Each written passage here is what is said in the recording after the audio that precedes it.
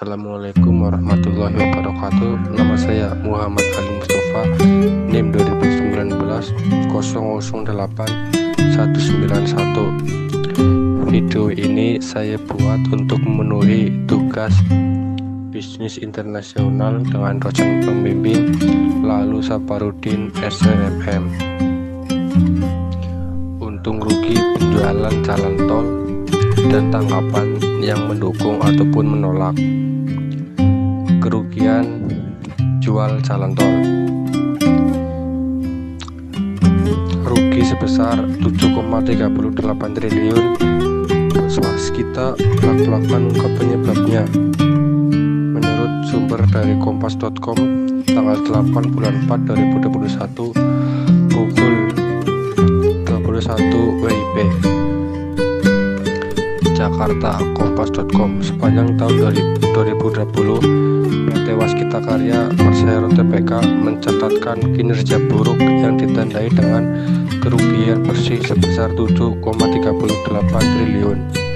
Padahal pada tahun 2019 perseroan hanya menorehkan kerugian bersih sebesar 872 miliar.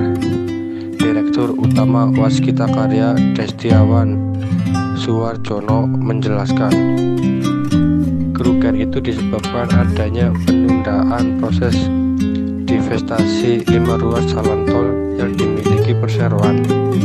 Proses divestasi gagal dilakukan karena kendala pandemi COVID-19.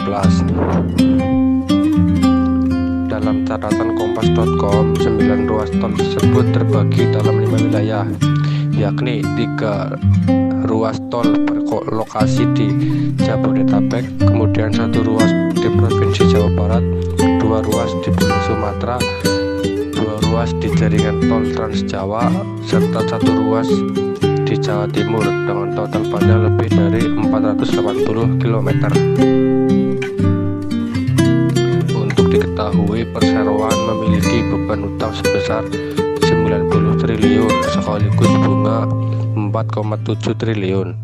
Sementara itu, Direktur Keuangan Waskita Karya Taufik Indra Kusuma menambahkan, jika divestasi 9 ruas jalan tol berhasil dilakukan, maka utang Waskita Karya bisa terpangkas sebesar 20 triliun. Dengan demikian, hal itu juga akan menurunkan beban bunga yang dimiliki perseroan. Menurut pendapat saya memilih untuk menolak rencana penjualan jalan tol. Akan ada jaminan swasta bisa memberikan keuntungan dengan mengelola jalan tol, bandara, dan pelabuhan. Hati-hati dalam melakukan swastanisasi. Daripada menjual kepada swasta atau asing, sebaiknya aset tersebut dijual kepada perusahaan plat merah lainnya. Jangan sampai kerjasama dengan swasta yang tidak jelas, dan alangkah baiknya diberikan dan dikelola oleh BUMN.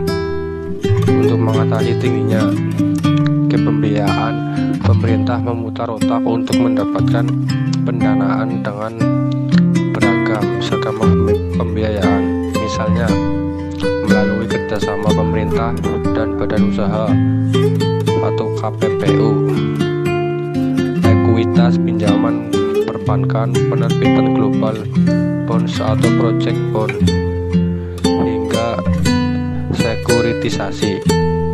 Dengan adanya KPPU, misalnya penghematan APBN bisa dibawa ke daerah lain yang membutuhkan. Government direct investment. Kemudian pemilikan aset jalan tol tetap menjadi milik pemerintah, jadi tidak mengalihkan aset. Demikian yang dapat saya sampaikan.